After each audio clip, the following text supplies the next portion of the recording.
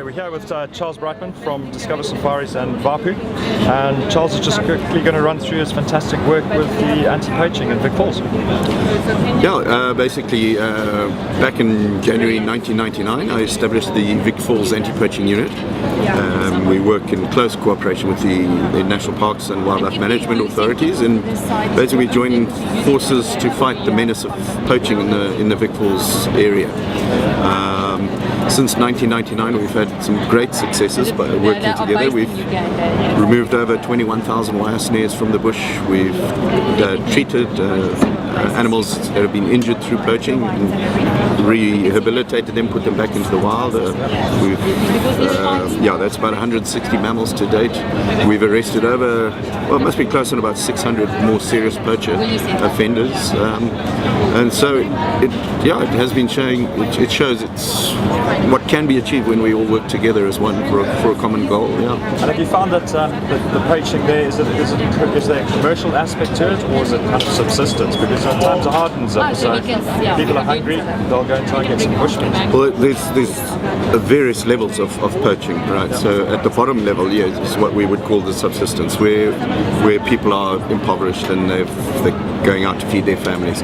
But what we're dealing with is other methods of poaching, and for example bushmeat poaching, which a stunning or frightening statistic is up to 3.5 million tons of bushmeat gets consumed every year in Central and Southern Africa. So equate that to animals, how many animals get killed through the bushmeat demand. So we're dealing with a lot of bushmeat poaching, which is commercial.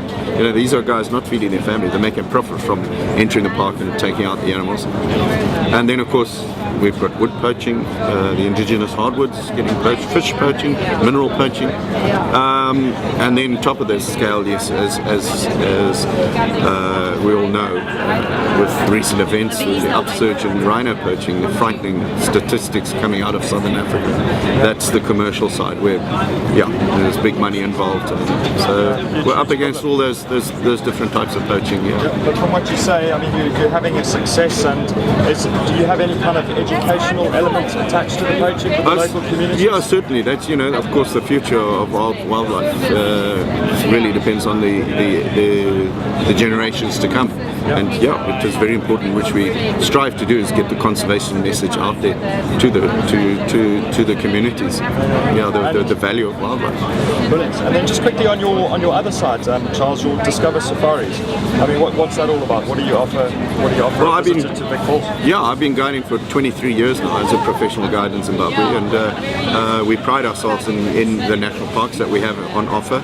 Unspoilt, nothing contrived, genuine wilderness experiences, and that's what we try and aim to achieve when we have clients, to give them that memorable experience about the genuine bush and its inhabitants. So I offer walking trails, bird watching safaris, game drives, night drives, looking for that keener traveller, a wildlife enthusiast who wants a closer look at the bush and experience it at close hand.